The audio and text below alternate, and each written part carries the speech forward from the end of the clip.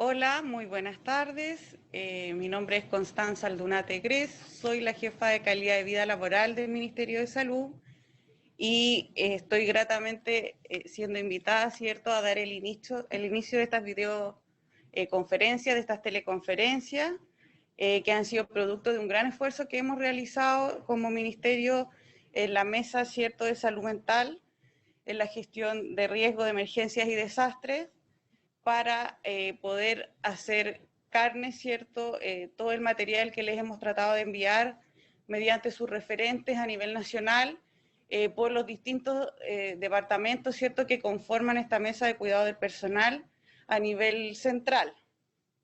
Como bien todos ustedes saben, estamos frente a una situación que no nos había tocado vivir, ¿cierto? Una pandemia que en los 100 últimos años, ¿cierto?, no habíamos tenido registro de un episodio como este, no solamente por la gravedad, ¿cierto?, que implica la pandemia, sino que porque todavía muchos efectos asociados a esta pandemia los desconocemos, y en ese marco, ¿cierto?, es muy importante destacar que el personal de salud nuestro personal, todos nosotros quienes hacemos salud en nuestro país, ¿cierto?, estamos siendo golpeados como grupo de riesgo frente a esta pandemia.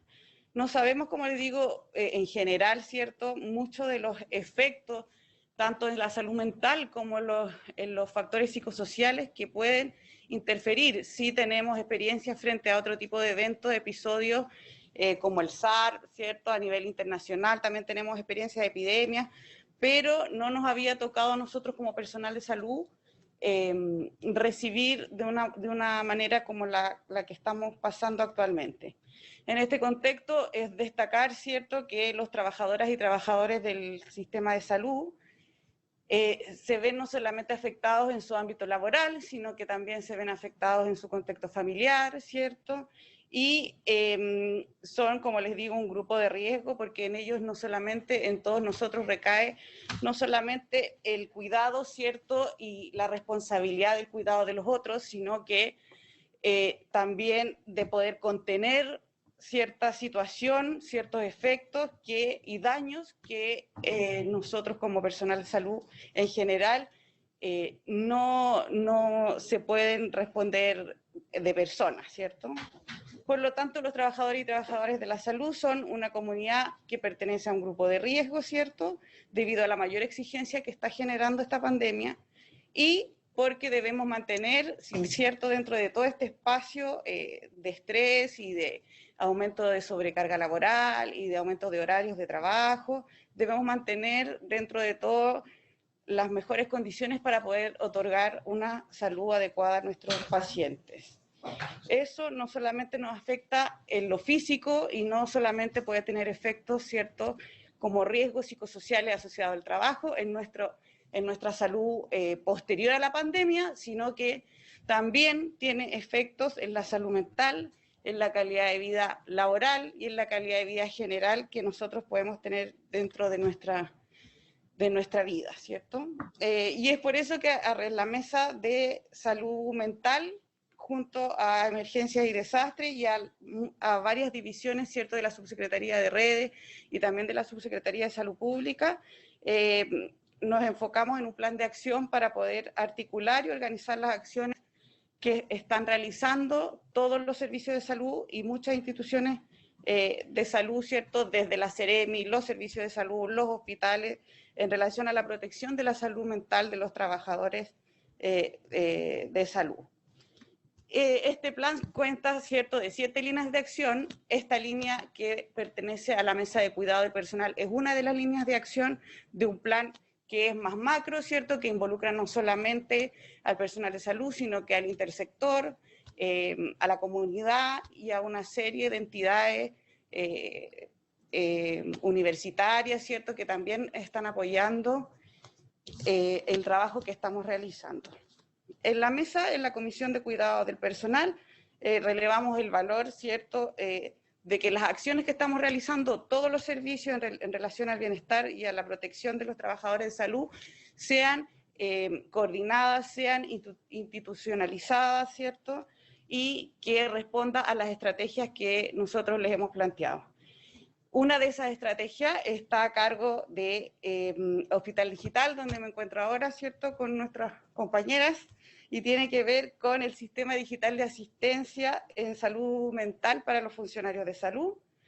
Esta es la ayuda, ¿cierto?, psicológica en primera respuesta, que tenemos disponible a través de la plataforma, con una videollamada que está dirigida a todos los funcionarios de la salud, a todos quienes puedan acceder a esta plataforma. Es de muy fácil acceso. Ustedes inician y ponen ahí a qué estamento pertenecen. Puede ser estamento de personal de apoyo, puede ser el funcionario asistencial, y reciben una atención de respuesta rápida, ¿cierto?, a través de psicólogos que participan en esta estrategia.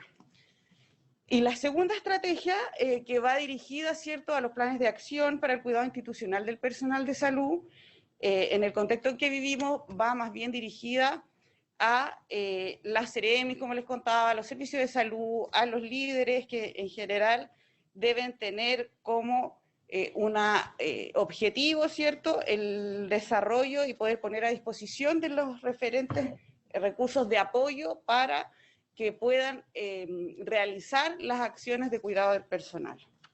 Todo esto nosotros nos estamos dejando linear, ¿cierto?, por las recomendaciones de otros países que también estaban viviendo la misma situación que nos está tocando vivir a nosotros, la OPS, algunos organismos internacionales universitarios de Italia, ¿cierto?, la OPS también. Y también tenemos nuestras asociaciones gremiales también nos apoyan en esta mesa. Así es que esto es súper importante para nosotros y damos el inicio hoy a estas teleconferencias, ¿cierto?, que se van a realizar los días jueves en respecto al cuidado del personal a las 15 horas durante los meses de mayo y junio. La primera parte de estos ciclos de teleconferencia está dirigida a los gestores de la red, como les mencionaba.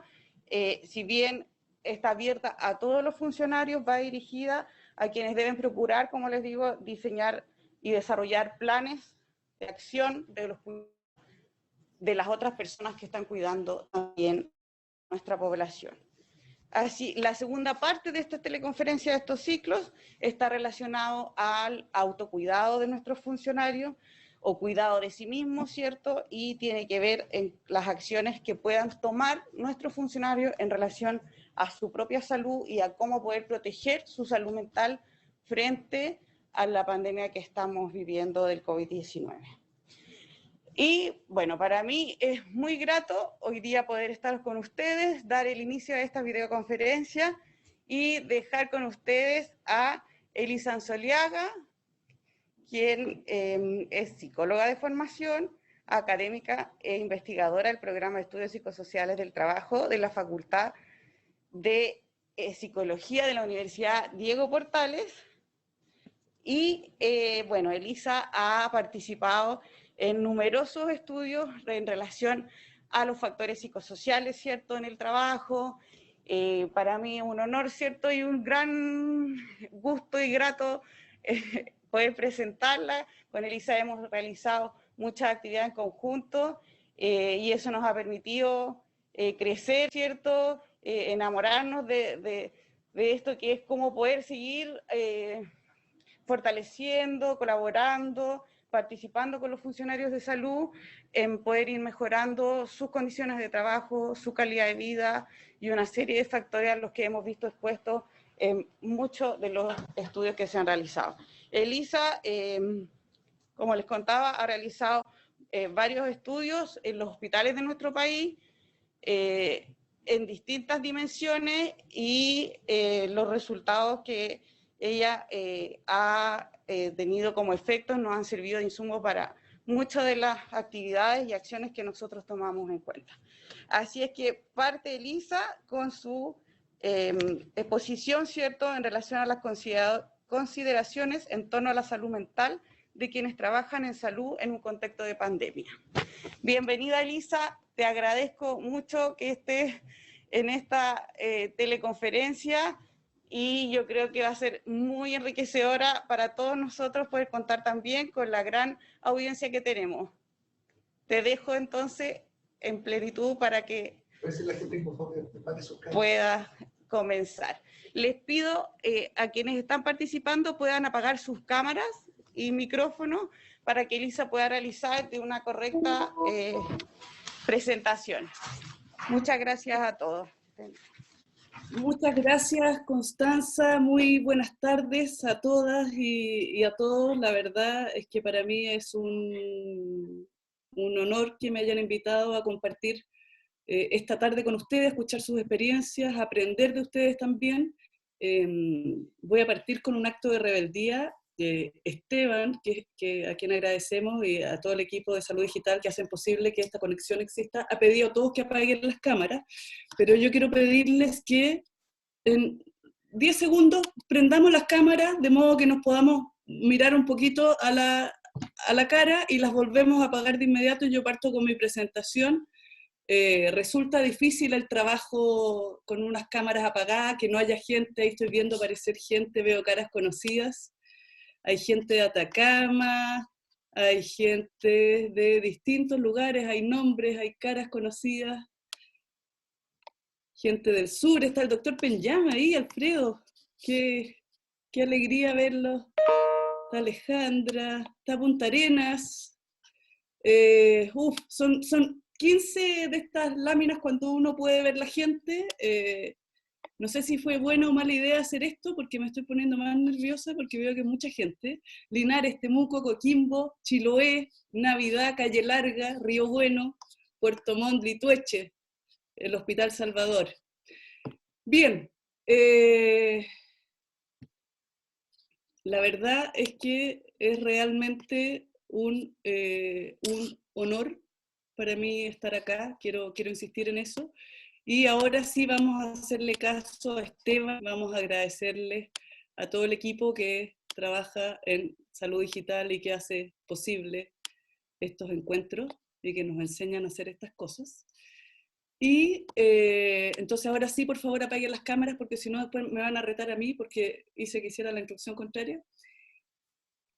Y quiero, bueno, un agradecimiento y un saludo especial a la Comisión de Cuidado del Personal, quienes han estado trabajando duramente el último tiempo para pensar y proponer acciones para la protección de la salud mental, no solo del personal que está afectado por esto, sino también están muy preocupados y muy atentos a lo que cada uno de los equipos locales está haciendo por ofrecer alternativas y ofrecer de alguna manera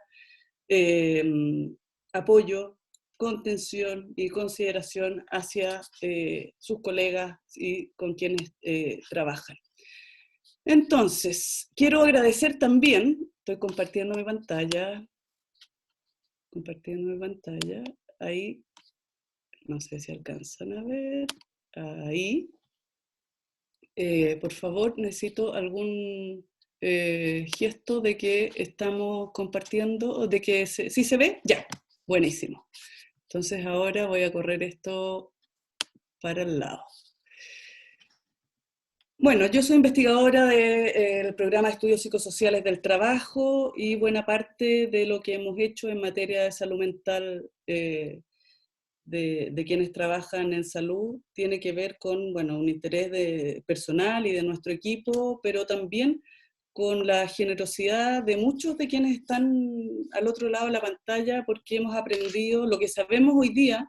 No lo sabemos porque seamos investigadores, caperuzos y vengamos de una universidad, lo sabemos principalmente porque quienes están al otro lado nos han permitido estar en contacto directo, ingresar a sus centros de atención primaria, a sus hospitales, a sus servicios de salud, y aquello ha sido fundamental para producir el conocimiento que hoy día tenemos. Abajo hay un loguito que dice Acción Salud UDP, ese es un programa de acción que hemos iniciado ahora. Elisa, ¿Sí? Elisa, ¿Sí? ¿Estás compartiendo el PowerPoint? Porque no se ve. ¿En serio? ¿Y qué ven? Te vemos a ti. Pucha, ya, ya voy, perdón. Sí, no, no importa. ¿Qué haríamos sin un Esteban en nuestras vidas? Gracias, Esteban.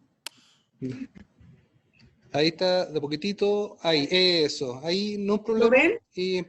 Sí, perfecto. Ahora sí. Dale nomás, Ya. Elisa, por favor, del principio. Ya, Esteban, interrúmpeme todo lo que quieras. Bueno, quiero agradecer en especial a la mesa o comisión de cuidado al personal, hay gente de distintos departamentos, divisiones, cuyo foco son ustedes y las personas que ustedes están brindando apoyo.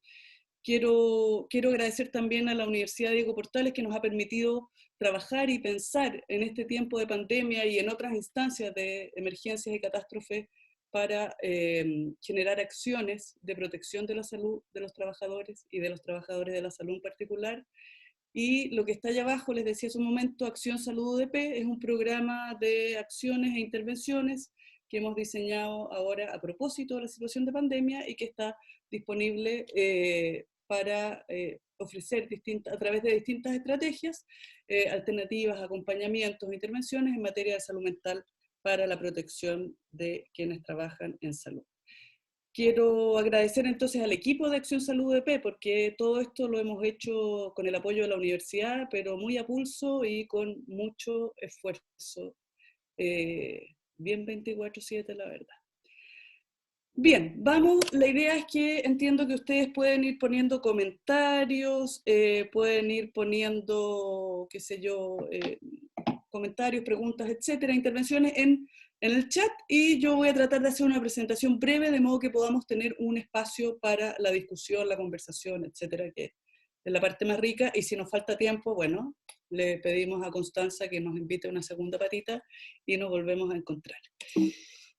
Entonces, bien, lo primero que quiero decir es que algo que Constanza ya mencionaba, y es que la crisis que estamos viviendo es una crisis sanitaria, pero es una crisis que pone en jaque un montón de otros aspectos. Es una crisis que de alguna manera se está convirtiendo, o ya se convirtió en varios lugares, en una crisis económica, es una crisis que nos enfrenta con un conjunto de metas y objetivos globales que se ponen en juego a propósito de esto, ¿ya? Por lo tanto, es importante no perder la perspectiva, es decir, lo sanitario es fundamental, pero nunca olvidarnos que esta es una crisis que nos está golpeando por muchos lados y nos está golpeando a todos. De esta no se salva nadie. Esta crisis sanitaria está generando un efecto devastador y es un efecto a nivel mundial. Bueno, no quiero decirles cosas que ustedes ya saben, pero sí quiero detenerme aquí, porque hay grupos de mayor riesgo y hay grupos a quienes esta crisis les golpea distinto. Y uno de esos grupos de mayor riesgo y uno de los aspectos que tenemos que considerar es que las mujeres están en una situación de alto riesgo. Las mujeres quienes trabajan en salud, una gran proporción, sobre un 70% de quienes trabajan en salud son mujeres, por lo tanto están más expuestas al contagio. Y además, quienes trabajan, y además las mujeres, muchas de ellas jefas de hogar, que no trabajan en salud, pero que deben salir a trabajar para sostener la economía del hogar. También sabemos que hay situaciones que el aislamiento y las cuarentenas se han acompañado de algunas situaciones de violencia de género. Nosotros lo que queremos plantearles son 8 aspectos fundamentales a considerar si lo que nos interesa es la protección de la salud psicológica de los equipos de salud en pandemia.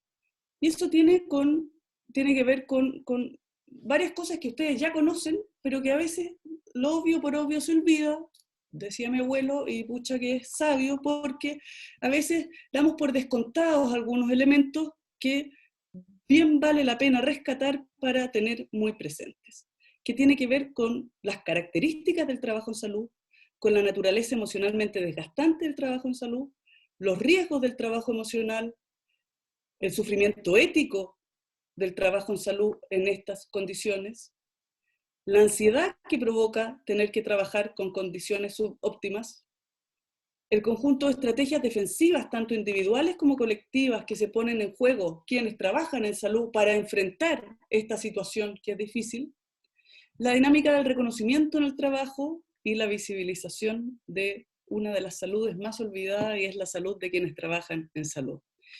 Y por último, que ya hice una puntualización, tiene que ver con la perspectiva de género. ¿Ya? Bien, hagamos una pasada bien rápida. El trabajo en salud es un trabajo muy, muy complejo. El trabajo en salud supone carga física, carga mental, requerimientos cognitivos, pero supone también una importante carga psíquica. El trabajo en salud es un trabajo en servicios, que supone desplegar aspectos psicosociales, afectivos y relacionales. Para poder proveer ese servicio de salud, no solo se necesita ser el mejor técnico o el mejor profesional, sino que hay que poner en juego dimensiones afectivas, relacionales y psicosociales. Tenemos un contexto de aumento de presión asistencial, estamos hablando ya antes de pandemia, antes no hemos entrado todavía a ese foco, una demanda creciente de los usuarios, unos sistemas de turnos que conflictúan la relación trabajo-vida, pongámonos además en el escenario de que la mayoría de quienes trabajan en salud son mujeres, el uso intensivo de las tecnologías de la información y la comunicación, estos aparatitos que son muy buenos y nos ayudan a estar conectados, pero que también a veces nos impiden tener los necesarios límites entre el trabajo y el no trabajo, y un conjunto de cambios en las condiciones y en la organización del trabajo en salud, los factores psicosociales, que todo ello en su conjunto dibuja un escenario sobre el cual se instalan sujetos a trabajar, hombres y mujeres, para prestar un servicio de salud. Y un escenario que no es fácil. Aquí tomé dos relatos, ya hay muchas publicaciones sobre la situación, se nos adelantaron los chinos con la pandemia y también están publicando mucho. Y un médico en China, en Wuhan, decía, si nosotros nos permitimos estar nerviosos, ¿qué pasará con la gente? Otro médico en la India decía, todos los miembros de mi equipo están ansiosos, pero estamos entrenados para combatirlo, y lo haremos. ¿Ya? Quiero que se queden con eso. Veamos algunas cifras. Algunas cifras nos muestran que casi 1 de cada 2 personas que trabajan en salud en situación de pandemia presenta un trastorno ansioso, un 38% presenta depresión o trastorno depresivo, 1 de cada 3 un cuadro de estrés agudo, etc. La situación de la pandemia causa problemas de salud mental en funcionarios sanitarios, eso lo sabemos y hemos relatado arriba en qué proporción y magnitud, la magnitud es grande, pero estos problemas no solo afectan, lo cual es muy importante y preocupante, la salud de las personas, sino que también, como con el correlato de estos trastornos, una de las consecuencias son que provocan problemas de atención, de entendimiento, de toma de decisiones, de concentración, y todo esto tiene efectos también en la calidad de la provisión del servicio que se necesita entregar. La angustia es la palabra omnipresente. Tenemos angustia, y aquí estamos todos nosotros, aquí no estamos hablando de ningún otro, y de esto nadie se salva. Nuevamente insisto, y por eso una de las palabras más potentes tiene que ver con la empatía, la angustia frente a la muerte, frente al contagio personal, frente al contagio de mis seres queridos, frente a la ausencia de suficientes insumos y recursos para enfrentar esta situación, la angustia frente al colapso del sistema, la angustia a las fallas de las competencias profesionales, estaré a la altura, ¿qué pasa si me pongo nervioso y no logro hacer bien lo que sé que estoy preparado, pero me juega una mala pasada esta angustia, o un trastorno ansioso, el estrés, y la invisibilidad del trabajo en salud también provoca angustia. El colapso del sistema sanitario es súper potente porque el efecto en la salud mental de la población, pero del personal sanitario es el mismo. Sea real o sea temido. Hay hospitales que están en un colapso, que no están pudiendo dar respuesta a la cantidad de casos y están en una situación muy compleja, pero también hay algunos lugares donde todavía están con una buena capacidad de respuestas, tienen espacio, tienen recursos, pero el solo hecho de temerlo provoca los mismos efectos en la salud mental. Todo esto genera en las personas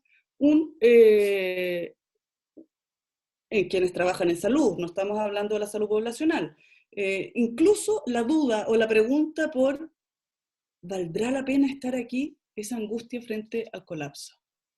La naturaleza emocionalmente desgastante del trabajo en salud se acopla entonces con unas particulares demandas psicológicas. El trabajo en salud es un trabajo emocionalmente desgastante. Eso es algo que tiene el trabajo en salud que no lo podemos quitar, ¿ya? Es un atributo que es propio, es inamovible, ¿ya?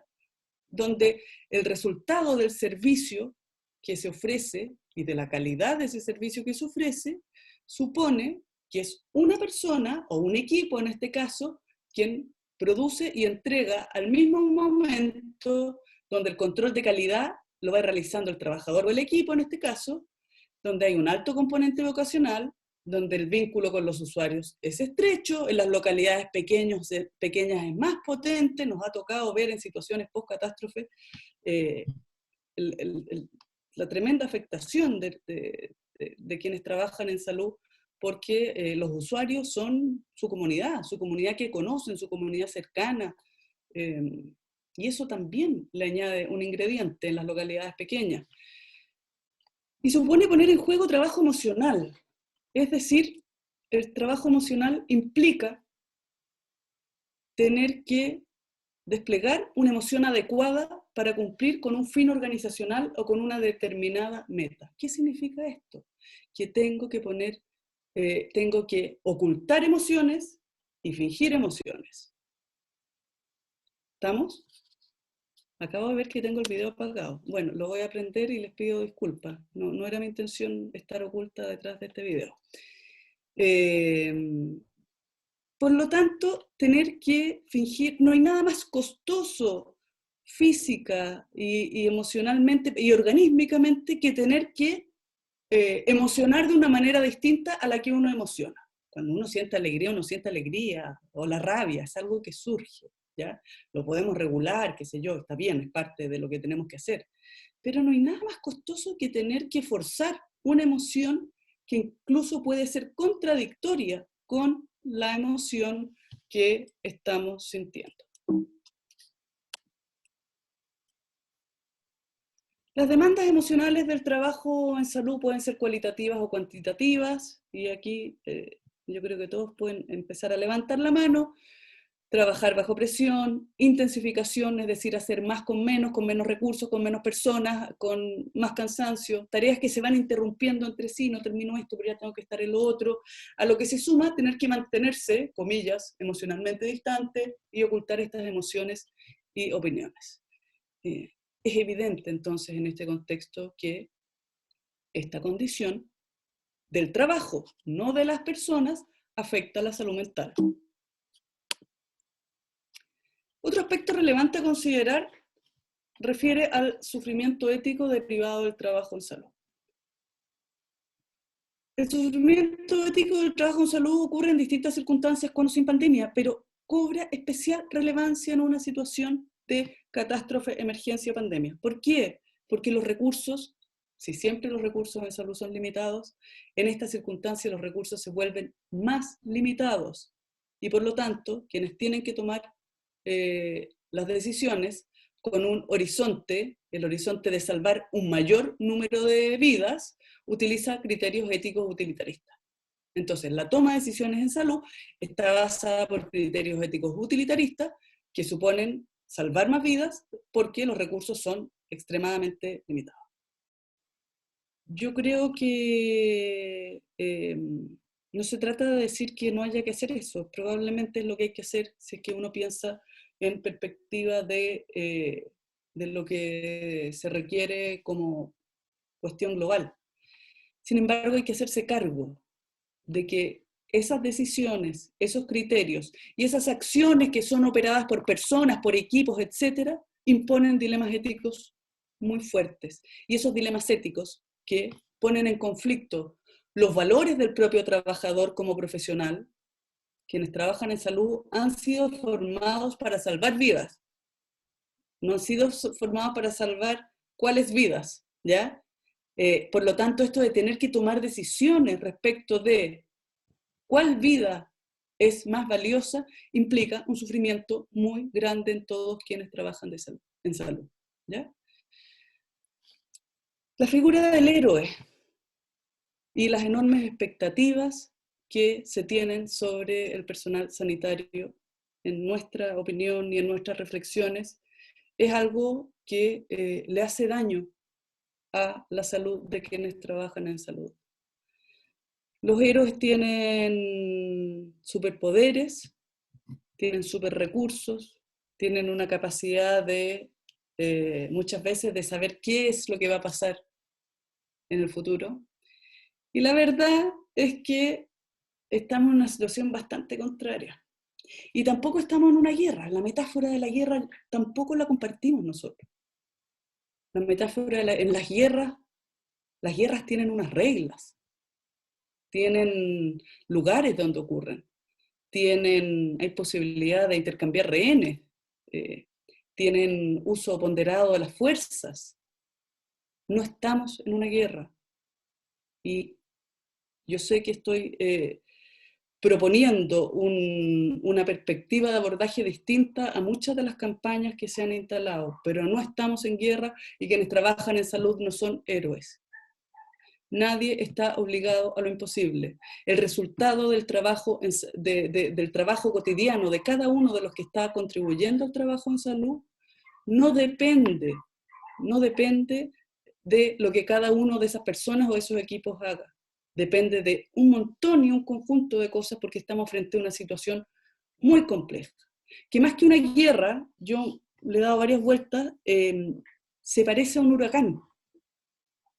Porque sabíamos que venía, sabíamos que podía crecer como los huracanes, a veces crecen en tamaño y de repente en el camino bajan. Bueno, frente a los huracanes no hay nada que hacer, aquí también se tomaron medidas desde la autoridad y las comunidades acataron más o menos la situación, las medidas referidas, pero lo que sí tenemos ahora es que sabíamos que venía, llegó, se instaló y estamos ahora, en este momento, con el huracán arriba de nosotros y no sabemos en qué minuto se va a ir. Entonces esto se parece más a una catástrofe natural, porque tampoco sabemos cómo se va a comportar la fuerza y si las medidas que se han tomado el día de ayer van a ser útiles para mitigar el colapso del sistema o no. ¿Ya? Entonces el sufrimiento ético derivado del trabajo en salud, de tener que cumplir con una expectativa que es imposible.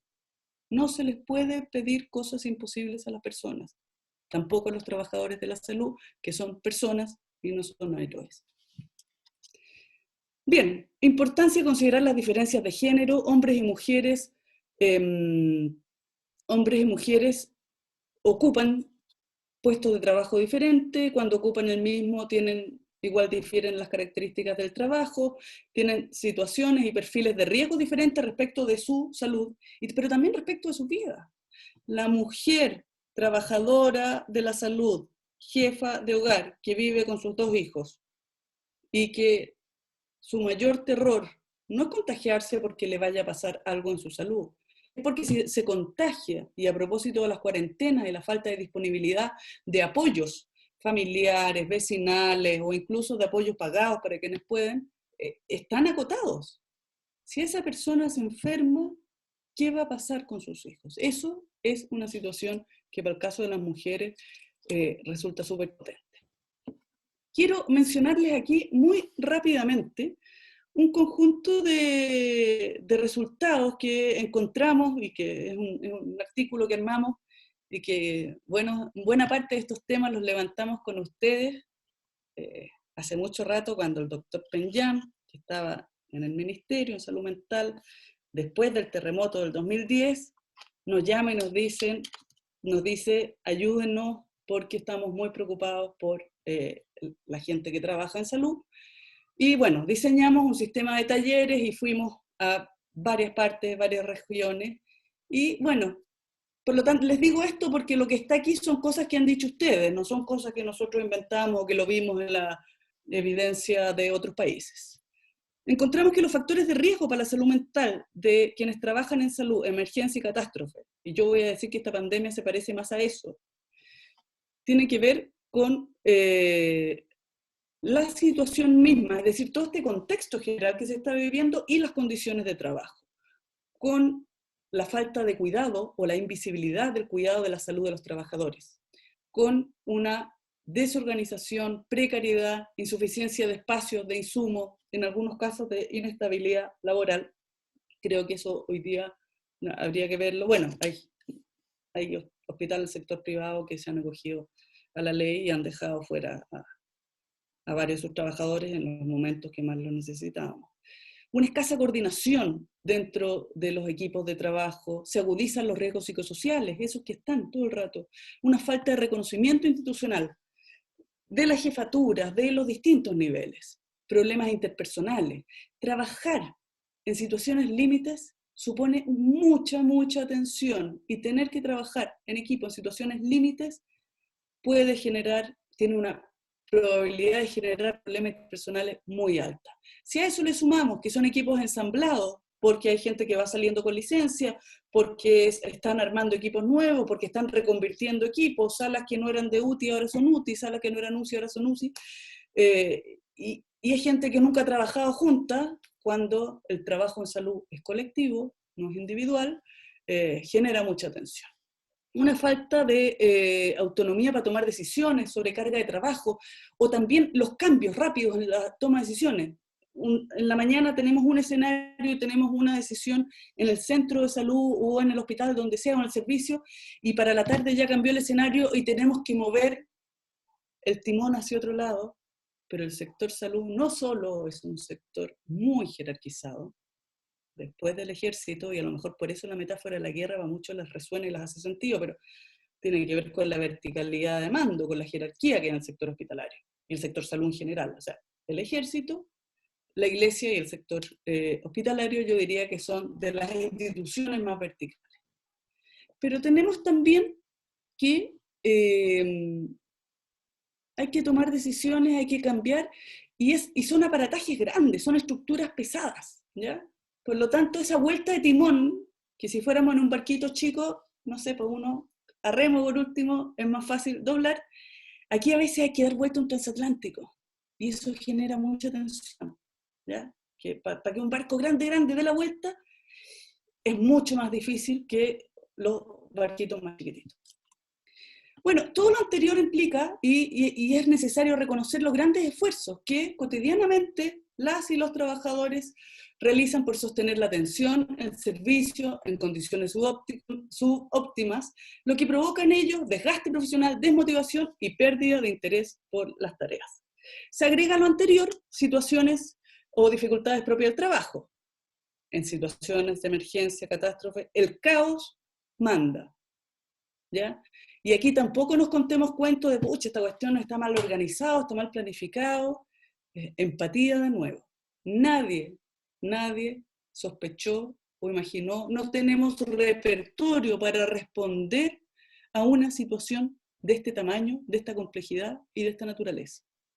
Por lo tanto, los problemas de coordinación, de planificación, van a estar ahí sí o sí. El punto es, no es que no vayan a estar. ¿Cómo hacemos o qué podemos hacer para disminuir esos espacios o esos tipos de problemas? Bueno, ¿cómo enfrentar a usuarios además difíciles y no respetuosos? ¿Ya? Estos que salen a aplaudir en la noche y después en los condominios no dejan entrar a las personas, o que cuando van a la atención de salud tampoco son respetuosos con los que están realizando el trabajo, que muchas veces están cumpliendo turnos de 24 horas, y fallas en los liderazgos, más problemas estructurales. Bien, pero también hay un conjunto de factores que ayudan a proteger la salud mental. No solo están los factores de riesgo que acabamos de mencionar, sino otros factores que ayudan a proteger la salud mental. Entre ellos está una cuestión súper potente, y es que la mayoría, si no todos, quienes trabajan en salud, decidieron trabajar en salud porque tenían una inmensa vocación de servicio. Eso es una gran herramienta, la idea de que ese trabajo que realizo cotidianamente, estos tremendos esfuerzos, tienen sentido, me hacen sentido, están llenos de significado, es algo que sin lugar a dudas es muy potente, ¿ya? Hay que utilizar eso, pero no hay que abusar de eso, ¿ya? Porque muchas veces, ya vamos a llegar a esa parte, la contracara de este aspecto que puede ser muy positivo, un motor motivacional, un motor de compromiso con el trabajo que hay que hacer, si nos pasamos de una delgada y difusa línea que hay, podemos terminar reventando a las personas. ¿Ya? Bien, valores personales, la sensación de competencia, de que puedo actuar, puedo intervenir, puedo hacer algo por esto que está pasando y que nos tiene a todos arriba las manos. Entonces, la sensación de poder actuar. La pertenencia a un equipo, a un colectivo. ¿Ya? Esta idea de que nosotros como equipo logramos sacar adelante esta sala, esta persona, este caso, resolvimos, usamos lo que de Jules habla de la inteligencia práctica. Aquí que no me escuchen algunos a veces, pero que en emergencia se pone en juego muchas veces y tiene que ver con cómo quienes están operando el servicio muchas veces tienen que romper protocolos de actuación para poder lograr esa misma meta, esa meta que la propia institución le impone. ¿Ya? Esa es la inteligencia práctica. Y que en esto se pone en juego todo el rato. En versión gaffiter sería el alambrito. Quien sabe poner el alambrito es el gaffiter, y quienes trabajan en salud saben perfectamente cómo actuar y cómo intervenir. Un conjunto de competencias humanas y técnicos profesionales, entonces también de orgullo. El valor de lo local. Y esto, insisto, en comunidades más pequeñas, en las grandes urbes, muchas veces no lo vemos, pero en comunidades más pequeñas es muy potente ver cómo los equipos llenan de sentido ese estar trabajando por personas de su territorio, de sus comunidades, que muchas veces son amigos, son familias, son conocidos, comparten una vida cotidiana.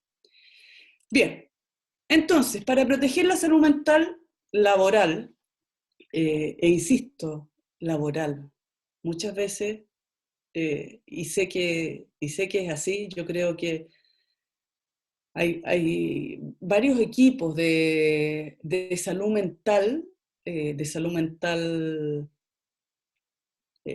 destinados a la comunidad, a la salud de las comunidades, de los usuarios, que a quienes les han solicitado en sus unidades de trabajo que se hagan cargo de la salud mental del personal o de quienes trabajan en salud.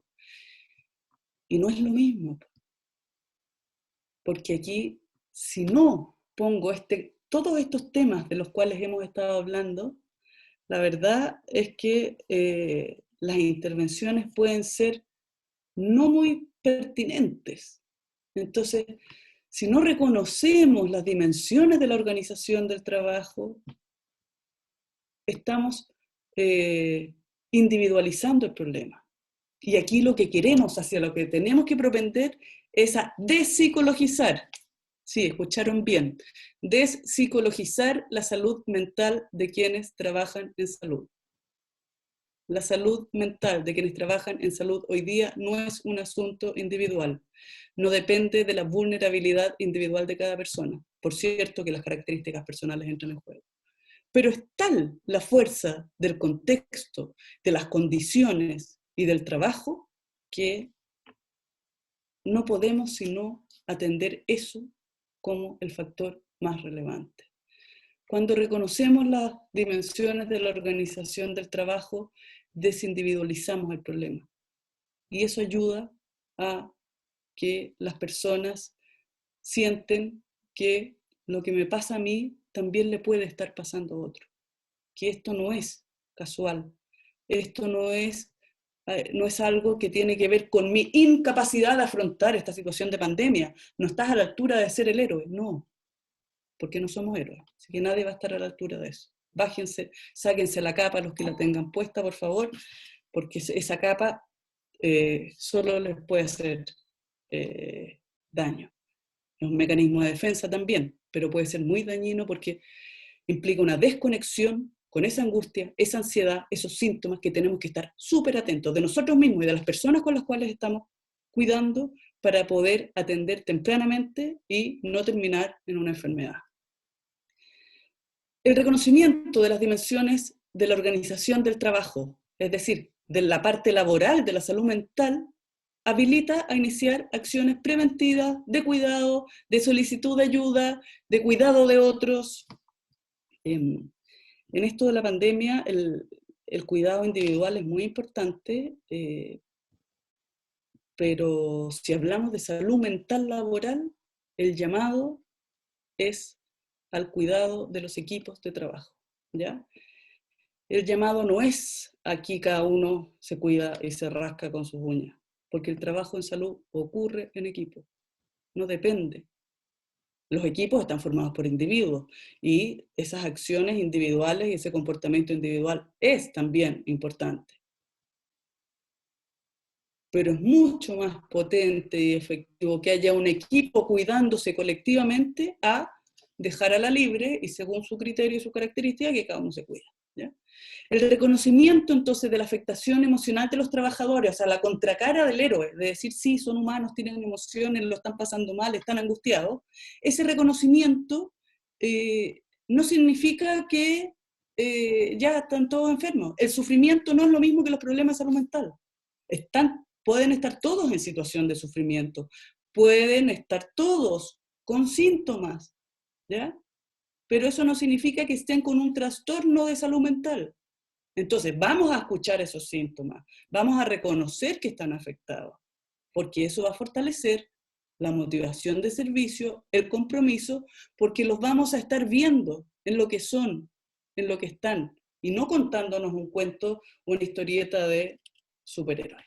Aspectos relevantes para la acción futura, y con esto ya voy a abrir la palabra. Hoy aquí del grupo del otro lado, por favor, Esteban, si tienen alguna situación que decirme, por favor, María José, todos los que estén atrás, interrúmpame nomás, porque no tengo déficit atencional, entonces me cuesta mucho estar mirando si es que hay algún mensaje de ustedes en el teléfono.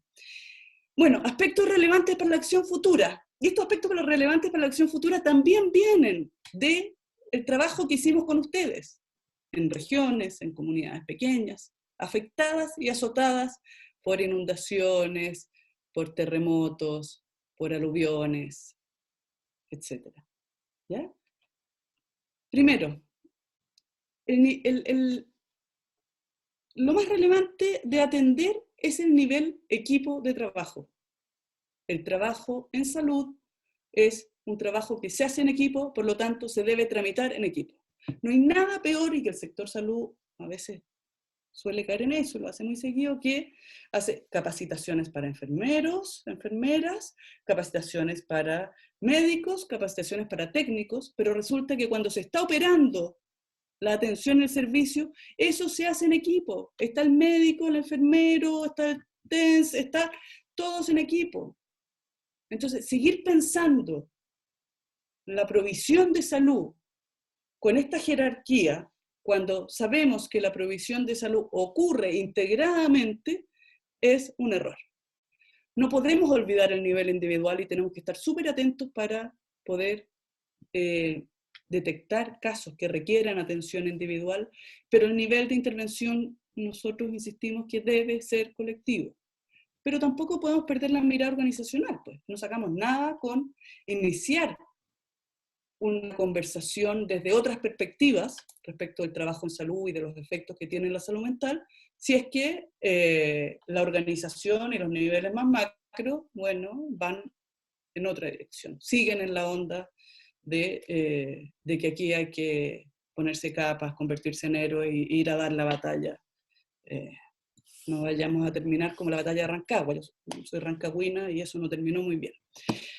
Bien, el liderazgo efectivo de jefaturas y autoridades políticas de la zona también es importante, porque los equipos hace rato que están viendo que es la gravedad de esta situación, y es importante que poder aunar y escucharse mutuamente. Es difícil, ¿ya? Lo local debe comandar. Yo sé que aquí hay planes nacionales que bajan a los servicios, de los servicios van a la zona a los hospitales. Yo creo que aquí lo más importante es saber mirar, escuchar y atender el contexto, porque lo que está pasando en Copiapó no es distinto, es muy distinto a lo que está pasando en Magallanes. Y es muy distinto a lo que está pasando en atención primaria que lo que está pasando en hospitales de alta complejidad. Bien, privilegiar la vigilancia y la salud mental de quienes trabajan en salud, y necesitamos, por cierto, una sociedad mejor preparada. sea, educación, educación, educación y más educación. La suma de una población no educada en el enfrentamiento de situaciones como esta, más trabajadores no preparados, igual problema de salud mental. Y eso tiene, no solo, y eso aumenta la presión asistencial, porque muchas veces la falta de desinformación, un mal rol que jueguen los medios de comunicación, por ejemplo, puede generar una alerta sanitaria que haga que las personas copen las urgencias y aquello rompa una buena estrategia de cuidado, ¿ya? Entonces, la salud mental y la angustia, la ansiedad, esa que sabemos que tenemos todos, y ese elefante que está aquí en la sala, bueno, hablemos de él, está ahí, reconozcámoslo, y seamos responsables. Bien, y la propuesta y aquí aparece nuevamente este loguito que está abajo de Acción Salud UDP, que es este proyecto, esta locura que iniciamos a pulso, tiene que ver con pensar el cuidado de la salud mental con poder identificar un conjunto de elementos de protección colectiva. Así como existen los equipos de protección personal, y creo que ninguno de ustedes entraría a la sala de un paciente sin haberse puesto muy bien sus equipos de protección personal. Bueno, ¿cuáles son esos elementos o equipos de protección colectiva para cuidar la salud mental de quienes trabajan en salud? El reconocimiento, sin duda, es uno de ellos. El esfuerzo que despliegan cotidianamente los equipos de salud requiere valorar en lo profesional y en lo humano cada una de las funciones. Y eso implica, aunque suene majadero, reconocer el trabajo, reconocerlo en la contingencia de, oye, bien, como equipo logramos, sacamos adelante esta situación difícil, pero también en términos más generales. Y cuestiones súper concretas, respetar los turnos de salida, respetar los horarios de descanso, reconocer que en estas situaciones fallar es posible. Y lo más probable, y eso ya hay evidencia acumulada, que las fallas que están ocurriendo hoy día, que van a ocurrir y van a seguir ocurriendo, no se deben a que las personas no recibieron la información sobre cómo usar el equipo de protección personal, ni recibieron la información más la educación, ni lo probaron. Se debe en buena parte a que el nivel de estrés, el nivel de ansiedad con que se está operando, muchas veces nos juega una mala pasada. El apoyo social, es conectarse con uno, o sea, si yo no estoy conectado conmigo mismo, difícilmente voy a poder saber en qué actitud voy a conectarme con ese otro, cómo voy a poder escuchar a ese otro. Las emociones hay que aceptarlas, todos los que sean aquí que trabajen en el apoyo a personal sanitario en estas circunstancias, aquí no sirve eso de la neutralidad y de que uno es el que está bien y el otro es el que está padeciendo. No, aquí estamos todos igual. Está difícil. Está difícil, hay que reconocerlo. Y el otro tiene que saber que ese está difícil. Y ese sufrimiento es algo natural. Prepararse para emociones fuertes. Compartir los miedos, las angustias. Eso está pasando, va a ocurrir. Bueno, hablemos de eso, ¿ya? Generar espacio de distensión, contacto con las familias. Hay personas que han tenido que alejarse de sus familias y eso también es muy, muy doloroso, nos ha tocado verlo. Las jefaturas, que están también tensionadas y sobredemandadas. El liderazgo, hay que cuidar el liderazgo en estas circunstancias. Mantener una planificación clara, difundir esa planificación, los cambios y los movimientos de las decisiones, informarlas rápidamente, comunicar las medidas organizacionales, aceptar que es común, va a ocurrir, van a cometer, se están cometiendo y se seguirán cometiendo errores en el servicio, ¿ya? Eso ocurre en emergencia. Reconocerlos, abordarlos como equipo es sin duda una salida responsable y constructiva. No se trata tampoco de hacer como no, aquí no ha pasado nada, yo no miro lo que está pasando. No. Es fundamental que podamos identificar el error, atender, reconocer y preguntarnos ¿por qué pasó que el que era como el más caperuso de el cuidado y el exagerado y el segurito que usaba todos los aparatos de protección personal, y nos enseñaba cómo ponernos, sacarnos los guantes, las bolsas, etc., se contagió. Ese que nos daba indicaciones de cómo tomar la locomoción colectiva o cómo tener alternativas, ese que llegaba a su casa y sacaba la ropa afuera y entraba desnudo para que no quedara nada, ese se contagió. Y eso está pasando. Entonces, bueno, ¿qué está pasando por las cabezas y por los corazones y las almas de las personas? No es menor. Recuperar, poner sobre la mesa el sentido del trabajo, reconocer eso, recordarnos por qué estamos aquí. ¿Por qué no estamos en otra pega? ¿Por qué aceptamos? ¿Por qué nos estamos levantando y estamos yendo a trabajar y estamos cumpliendo los turnos? Porque hay un enorme sentido del trabajo. Pero esa vocación y ese compromiso no puede ser sinónimo de trabajar por sobre las capacidades. A veces no está mal decir que no, y eso cuesta decir que no. Incluso los héroes establecen límites para cuidar su salud. La comunicación es la expresión emocional. Perdamos el miedo a poner en palabras lo que sentimos, y esto va para todos, desde las jefaturas hasta las personas que trabajan. Ojo, cuando hablamos de quienes trabajan en salud, estamos hablando de quienes trabajan en todo el sistema. Estamos hablando de los que están en alimentación, estamos hablando de aquellos que están en aseo, los que están en esterilización, que nunca nadie los ve en los hospitales. ¿Para qué decir los que hacen trabajo administrativo? Esos prácticamente no existen, pero ellos también están afectados y están en esta situación. Bueno, estemos atentos a reconocer en nuestros equipos cuando alguien se sube un volumen y uno dice, a ver, ojo, aquí algo está pasando, y atendamos eso, preguntémosle cómo está. Estamos llenos de incertidumbre y es muy probable que lo que haya aquí sea desesperanza aprendida, que es el concepto de Martin Seligman, la desesperanza aprendida, que para diferenciarla de la depresión, Seligman nos enseñó que ocurría, y que era un conjunto de síntomas que ocurrían cuando las personas sentían que los eventos eran indeseables, impredecibles e incontrolables. En ese estamos, hay mucha desesperanza. ¿Ya? Sin embargo, que haya desesperanza o que estemos en una situación de riesgo de desesperanza no debe detenernos, pero tampoco podemos no reconocer eso.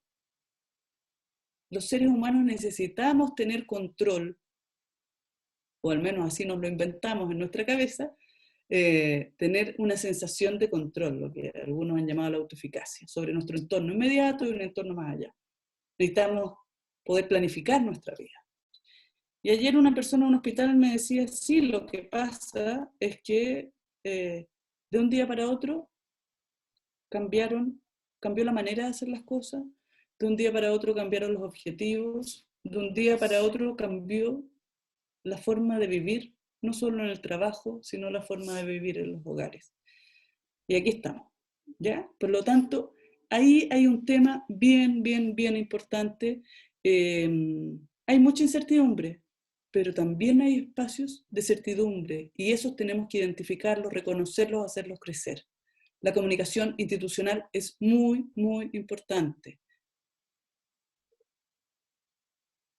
Y hoy día, esto lo decía una persona que trabaja en un hospital, el contexto actual nos impone una gran oportunidad de empezar a instalar un discurso de cuidado y protección de las y los trabajadores de la salud. Esto es fundamental. Mucho se ha dicho, todos estamos de acuerdo con que es importante, pero la verdad es que se ha avanzado bastante poquito en eso. Comunicación institucional y educación son importantes. La comunicación supone una ida y vuelta. No es como comunicación, yo voy y entrego información. No es como que llego y lleno a la gente de cartillas, de informes, de reportes. No.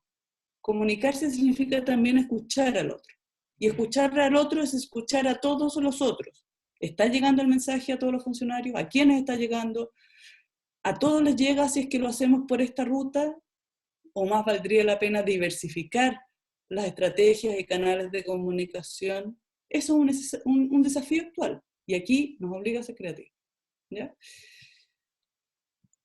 La comunicación institucional no educa, o no toda comunicación institucional educa, ¿ya? La información no es educación. Hay culturas de seguridad o de inseguridad que deben ser desarrolladas al interior de los espacios de trabajo, ¿ya? Coordinación con otros actores institucionales, es protector generar espacios de participación.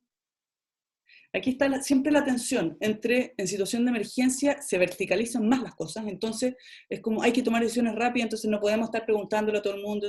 No, no se trata que se hagan una asamblea cada vez que tienen que tomar una decisión de alguna naturaleza, pero tampoco no podemos estar atentos, escuchando qué es lo que está pasando en los distintos lugares. Porque es desde quienes operan el servicio y el trabajo de donde van a salir las buenas ideas. No de afuera, no de alguien que está arriba o lejos o en Santiago para los de regiones. Las ideas van a salir de ese contexto en particular, porque la inteligencia práctica se pone en juego en estas circunstancias y son las mismas trabajadoras y trabajadores quienes tienen información valiosísima para delinear mejores rutas de afrontamiento. ¿Ya? Entonces hay que potenciar a los actores sociales y a todo el conjunto de la institución, y eso será una estrategia también para ir tomando decisiones en el camino. Entonces voy escuchando, voy también tomando decisiones, pero en un proceso que es bidireccional.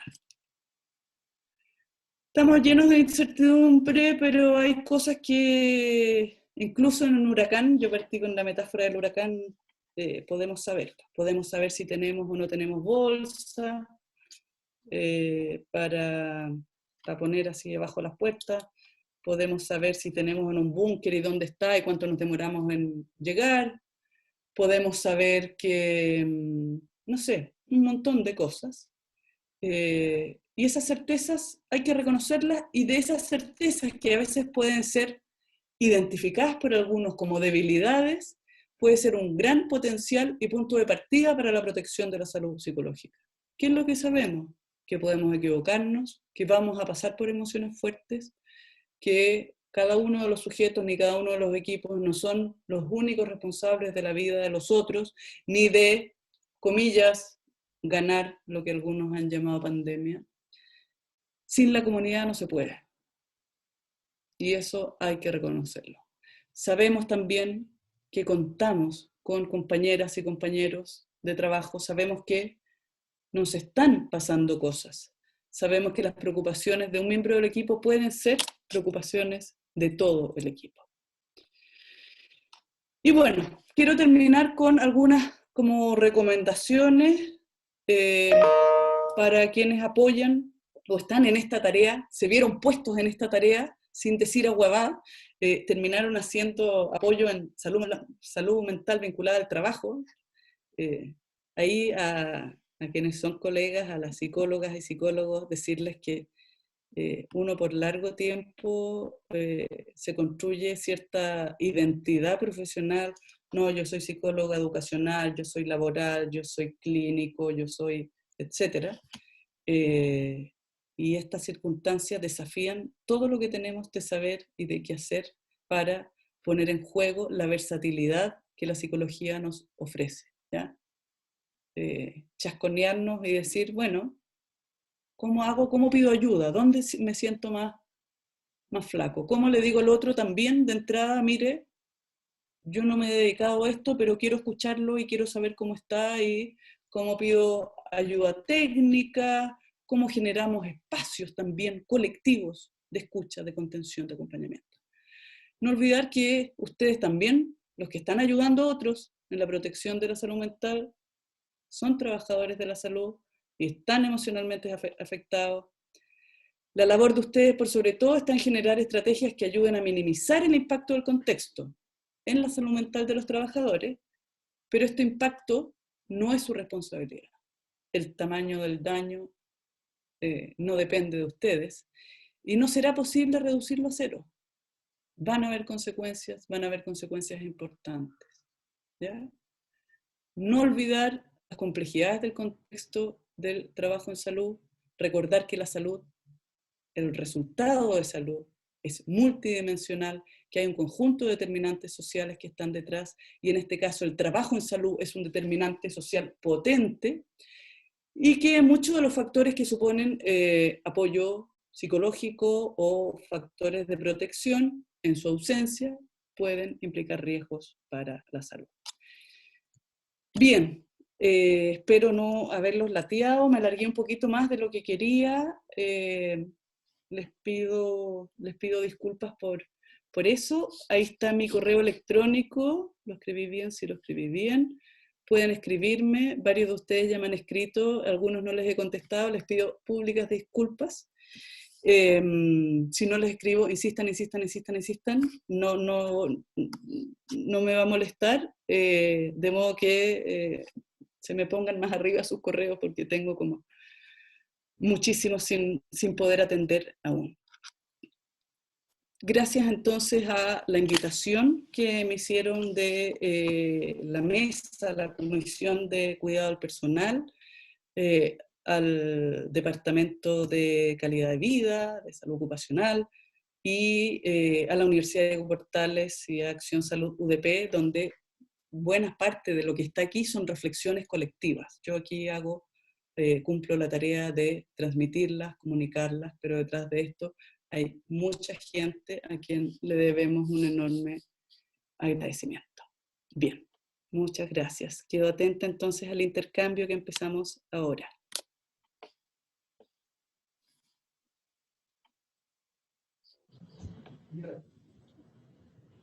Muchas gracias, Elisa. Muchísimas gracias por la sensibilidad, ¿cierto? Por haber querido compartir con nosotros las estrategias y el trabajo que estás realizando con tu equipo. Te lo agradecemos mucho. Era muy necesario para todos nosotros, sobre todo para el personal que está, ¿cierto?, en nuestros establecimientos hospitalarios, también para los gestores, el de la red, también para las jefaturas intermedias. Como bien dices, todos somos, ¿cierto?, funcionarios de la salud en distintas medidas y con distintas funciones quizás, pero estamos todos conectados con una misma función y con un mismo servicio. Te agradecemos, hay un comentario muy bonito, gracias Elisa por humanizar los sentidos. Y creo que todos aquí compartimos ese sentimiento, así que te agradecemos mucho. Recordarles que esta presentación va a estar disponible en un link en la plataforma de Hospital Digital, y ahí van a poder descargar, ¿cierto?, el video y la presentación. ¿Sí? El video de todas maneras. Sí, súper. Elisa, te voy a realizar algunas preguntas. Elegimos ciertas preguntas porque en virtud del tiempo, ¿cierto?, para poder compartirlas entre todos. De todas maneras, nosotros nos quedamos con el resto de las inquietudes que podemos ver nosotras después y transmitírtelas. Una es súper importante en relación a lo que comentaste, ¿cierto?, que como hablábamos de este héroe con capa, ¿cierto?, en cómo trabajar en forma práctica este sentimiento y esta estigmatización, ¿cierto?, de héroe frente a los medios, frente a la sociedad, frente a un sinfín de instancias en las cuales figura el personal de salud. Bueno, yo ahí, si quiere, no sé si recogemos 2 o 3 preguntas y hacemos ahí un comentario, o prefieren que vayamos una a una, como ustedes me digan. Todas, ustedes los dos, vamos con todas las preguntas y de ahí tu parte. Esa es la primera. La segunda. Espérate, entonces, la primera, acciones concretas, dale. Ya, la primera entonces, cómo trabajar en forma práctica esta idea del héroe que se levanta por distintos medios, ¿cierto? La segunda tiene que ver con las recomendaciones para poder apoyar a los trabajadores que se reintegran posterior a un contagio por COVID-19. Y la tercera pregunta es respecto a algunas conductas, ¿cierto?, de trabajadores que no respetan protocolos, que han resultado, ¿cierto?, con mayor riesgo de poder contagiarse, y ciertas medidas que se están tomando administrativas en algunos establecimientos hospitalarios, si es que consideras que tomar medidas administrativas es adecuado frente a esta situación, o no se consideraría muy adecuado frente a la instancia en que estamos. Eso. Muchas gracias. Por ahí. Bueno, ¿cómo sacarle la capa al héroe?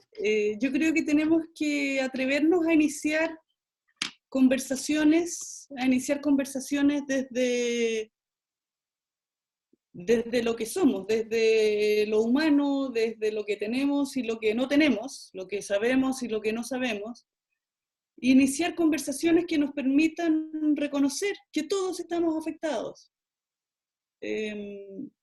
Yo creo que es importante darnos permiso para reconocer las propias emociones, y en la medida y ahí también es una pega bien importante de la jefatura. La jefatura está en esta tensión de que tienen que estar así como el entrenador, así como, vamos equipo, vamos. También hay que hacerlo.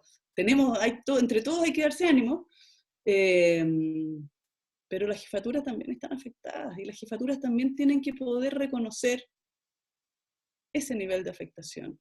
Es desde esa humanidad, desde ese escucharse a uno mismo, que vamos a poder escuchar mejor al otro. Entonces, en términos súper concretos, es atreverse a hablar de las emociones, atreverse a decir, mire, esto es lo que hay, esta es la situación. Atreverse a pensar incluso en escenarios que pueden ser muy, muy, muy duros, puede ayudar a imaginar estrategias de preparación o de reacción que nos permitan estar más preparados. Hacer como que no está pasando nada es lo peor que uno puede hacer en estas circunstancias. Está pasando todo, y la salud mental de quienes trabajan en salud es clave, ¿ya? Entonces, eso es muy, muy, muy importante que lo podamos reconocer y conversar. No, sí, aquí no hay gran ciencia, es reconectarse con la humanidad, eso. Recomendaciones para el reintegro al trabajo, chuta, qué difícil volver. Y en algunos casos más difíciles que otros, porque en algunos casos hay contagios que involucran también a familiares. Yo creo que ahí es súper importante, nuevamente, la importancia del contexto y la particularidad de la situación que estamos analizando. No es una buena idea tomar una receta común. Es distinto si la persona que está volviendo y estuvo grave, entubada, como hay hoy día varias trabajadoras y trabajadores de la salud, y fue atendida por sus compañeros, que los hay, que volver y alguien que volvió, que no le dio tan fuerte, pero que contagió a un familiar y el familiar agravó y está internado grave. O sea, no es lo mismo las circunstancias de la persona las circunstancias dentro del trabajo, fuera del trabajo, la persona completa, ¿ya? Por lo tanto, el análisis tiene que ser uno a uno, y el equipo tiene que prepararse por esto. Si cuando la gente vuelve al trabajo, todos los procesos de retorno al trabajo después de una enfermedad, tienen que ser preparados, tienen que ser planificados. El equipo tiene que poder hablar, chuta, ¿qué nos va a pasar cuando vuelva? Y lo engancho con la tercera pregunta. ¿Qué pasa si cuando vuelve, el que vuelve es esa persona que, comillas, incumplió el protocolo, no siguió las normas? Es distinto a alguien que... estoy imaginando, estoy fantaseando. Me imagino que el ánimo del equipo es distinto en un caso o en otro. Quien tuvo un contagio poblacional, quien tuvo un contagio intrahospitalario, todo eso es distinto. Entonces el equipo hay que prepararlo. Y respecto de este gran dilema de si amonestamos o no amonestamos a los que no cumplen, a los funcionarios y trabajadores que no cumplen con los protocolos de uso de aparato de protección personal y todo eso, yo diría, me la voy a jugar, que hay que tomar posicionamientos políticos a veces y lo técnico no es meramente técnico. Yo creo que no deben ser amonestados. ¿Por qué creo que no deben ser amonestados? Lo que sí necesitamos es que una persona que está en esa situación, hay que tomarla, hay que conversar con ella, con él, y tratar de entender qué pasó por su cabeza cuando entró a esa sala de pacientes contagiados, que además eran pacientes inmunodeprimidos, que además eran pacientes donde antes, con o sin pandemia, había que entrar con 1000 aparatos de protección personal. Yo les diría que buena parte de quienes tienen esas conductas, en algunos casos pueden estar motivadas o pueden estar guiadas por falta de educación. Entonces, pero yo creo que el ministerio y los servicios han hecho, en el primer mes hicieron un esfuerzo muy, muy grande de educación, de formación, de capacitación del personal en el uso de equipo de protección personal. Donde falte o donde la gente de los equipos sientan que falta eso todavía, que no estuvo muy bien hecho, bueno, habrá que reforzarlo, y será la educación. Pero yo les diría que en la mayoría de los casos, lo que hay es que es la cabeza que nos jugó una mala pasada. Y en ese sentido, nuevamente, estamos teniendo resultados que generan efectos nocivos, porque el poner una amonestación es lo que en el mundo financiero se llama un hecho esencial que debe ser declarado, y es agregar un nuevo problema en un contexto donde ya tenemos suficientes problemas y tenemos que trabajar en ver cómo avanzamos. Eso me atrevería a decir, hay que atender esas personas quienes están haciendo eso.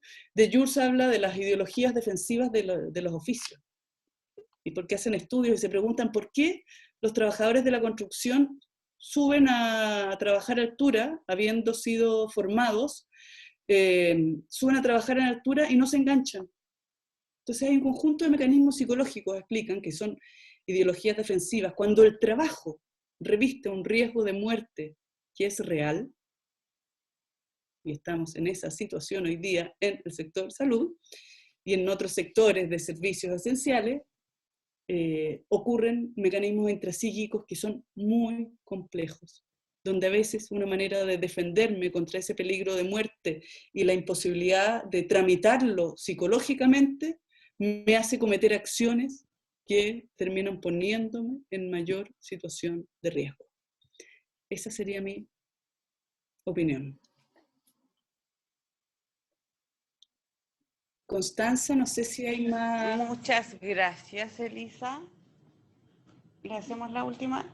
Sí, hay una última. Hay una última preguntita, si podríamos dártela, y es respecto a algunas recomendaciones concretas, ¿cierto?, de acciones en los equipos cuando fallece algún funcionario. Por favor, te lo pedimos porque es una inquietud importante del personal y de todos nosotros también. Sí. Bueno, a mí los que me conocen, que están al otro lado, que no son pocos, saben que las recomendaciones, a mí no me... Hay algo que me molesta en eso respecto de cómo decirle al otro lo que tiene que hacer. Pero sí podemos decir de qué manera, y en ese sentido la tomo, qué debemos atender frente a una situación, qué debemos considerar, qué no podemos olvidar. Las rutas particulares la tomará cada uno, dependerá del equipo. Nos tocó hace poco hacer una intervención en crisis a un equipo donde una de las funcionarias del equipo estaba entubada grave.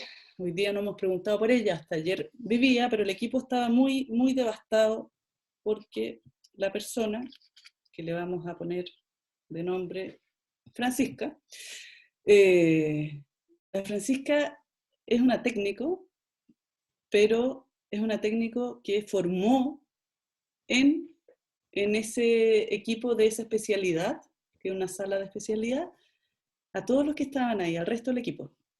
Formó a un par de enfermeros que habían ahí, a otros técnicos. Entonces, no solo era una compañera de trabajo, para muchos había sido una maestra, para muchos era una amiga personal, y por lo tanto las pérdidas implican siempre situaciones de duelo. El trabajo en salud, y quienes trabajan en salud saben, a propósito de, sobre todo quienes están en trabajo de turno, pasan más tiempo con sus compañeros de trabajo que con sus propias familias. La centralidad que tiene el trabajo en la vida es fundamental. Por lo tanto, la pérdida de una compañera o de un compañero de trabajo es una pérdida gigantesca. Y es una pérdida que necesita ser reconocida en su tamaño, ¿ya? No es un número más en la estadística de ha muerto otro funcionaria de salud, no. No es un número, debe ser reconocida, insisto, en su tamaño, debe ser reconocida en su particularidad y debe ser atendida. Muchas veces, pensando en un trabajo que hicimos en un área donde había alta mortalidad, mientras uno más se acerca a la UTI, más se acerca a la muerte, o más hospitales vinculados al cáncer también. Y hoy día, y eso que antes era como de algunos sectores de los hospitales, esto de estar más cerca de la muerte, hoy día está en atención primaria, está en todos lados, está en nuestras casas. Y no todos están preparados para estar tan cerca de la muerte. Entonces yo creo que es súper importante dar espacios para la elaboración, porque muchas veces los equipos usan estrategias defensivas de decir, bueno, si nosotros trabajamos aquí en intensivo, sabemos que la gente se muere. No, nosotros trabajamos con pacientes con cáncer y sabemos que la gente se muere. Sin embargo, el saber que la gente se muere en esos lugares, o el saber hoy día que se está muriendo y se va a morir mucha más gente por esta pandemia en nuestro país, no quita el grado de afectación emocional que debe ser tramitado. Y debe ser tramitado en su especialidad, es decir, ese equipo debe detenerse, debe recibir, debe tener un espacio para hablar, para decir, para elaborar. Eso en primer lugar. Me atrevería a decir que eso es lo esencial. Aquí no es, vamos a llorar al baño, nos turnamos, en la respuesta de un equipo seco. La respuesta es, bueno, ¿y qué hacen cuando muere un paciente? Bueno, pacientes con los cuales se han encariñado mucho. Bueno, vamos a llorar al baño, nos turnamos, primero va una, después va la otra, y que siga la función. Eso es muy dañino, es muy costoso, y ningún ser humano merece eso. Así que yo diría, Constanza, que es muy importante dar espacio para detenerse y hablar de lo que está pasando.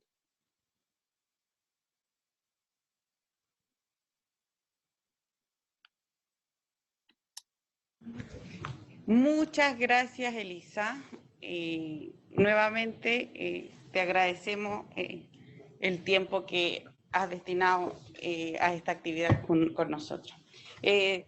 Tuvimos harto participante, así es que también han habido hartos comentarios y están todos muy, muy agradecidos de esta instancia. También han puesto algunas sugerencias. Y compartiendo sus inquietudes, que para nosotros eso también es súper enriquecedor. Así que súper bien. Reforzarles que el video de la presentación va a estar disponible por la página digital, por la plataforma, ¿cierto?, de Hospital Digital, por la página del Facebook y del Twitter también, para que por distintas vías van a poder conseguirla. Paz nos va a decir algunas. Muchas gracias. Perdón, palabras. No te había reconocido, no sabía que eras tú, un cariñoso reconocí con la mascarilla. A Paz Anguito, ahí con nosotros de la mesa de cuidado, de salud del personal. Muchas gracias, Elisa, muchas gracias a nombre de los compañeros y compañeras de la Comisión de Cuidado del Personal por tu apertura, tu generosidad, ¿cierto?, para compartir tu experiencia, tu enfoque que sin duda yo creo que nos hace mucho sentido a todos. Lo sentimos también desde la red, que fue también dando sus comentarios en el chat del Zoom. Quisiéramos agradecer mucho también a todas las personas conectadas. Creo que habla mucho de que igual se está dando con una necesidad muy sentida estos espacios de reflexión, ¿cierto? De red también, de construir red, de sentirnos como en una gran red que está colaborando, trabajando en esto tan, bueno, sin precedentes, ¿sí?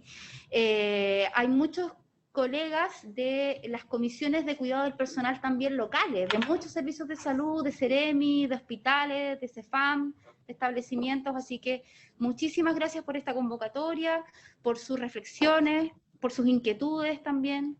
Esta actividad inicia un ciclo de teleconferencias que va a ser todos los días jueves a las 3 de la tarde. Aquí también agradecer al Hospital Digital que con tanta generosidad y espíritu de colaboración nos está ofreciendo este espacio.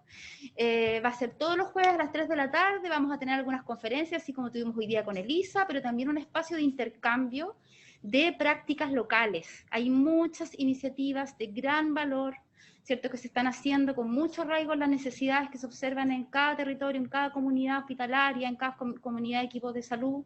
Así es que el próximo jueves es feriado, pero el siguiente tendríamos una nueva teleconferencia, ya le vamos a informar cuál sería la temática, esperamos que sea intercambio de algunas experiencias de servicios de salud.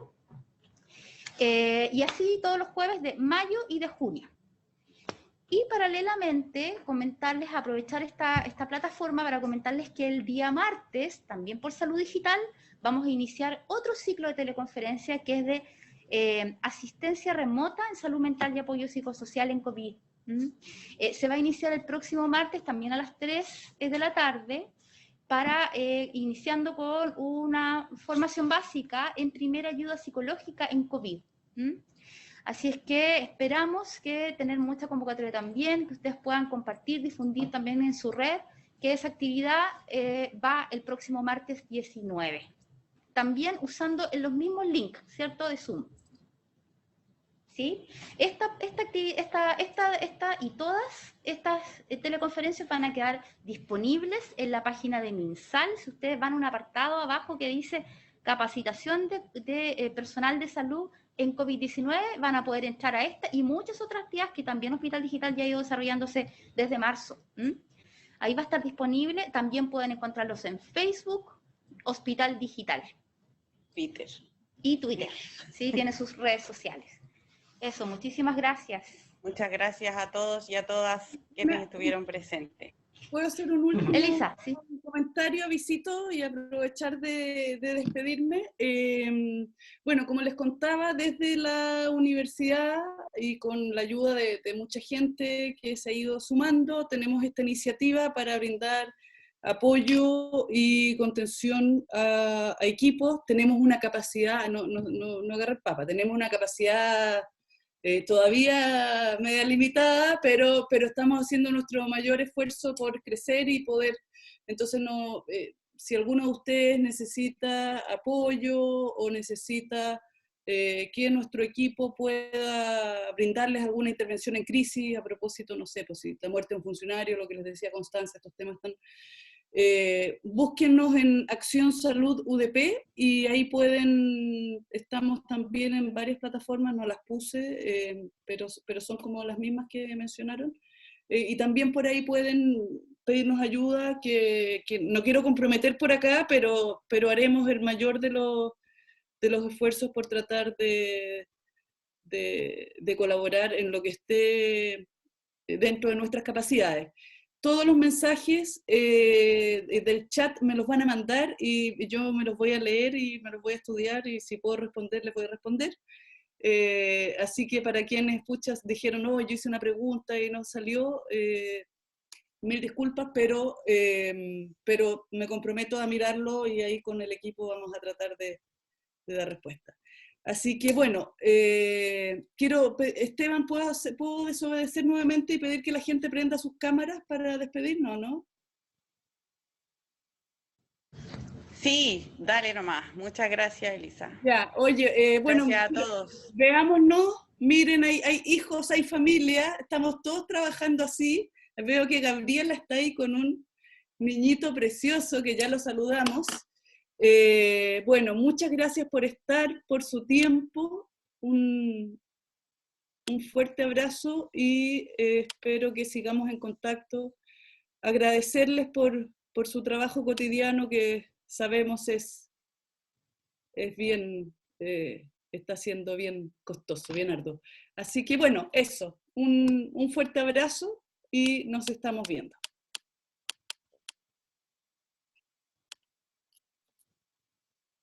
Vale, chao. Un abrazo. Chao, un abrazo chao. para todos, virtual. Gran abrazo. Chao.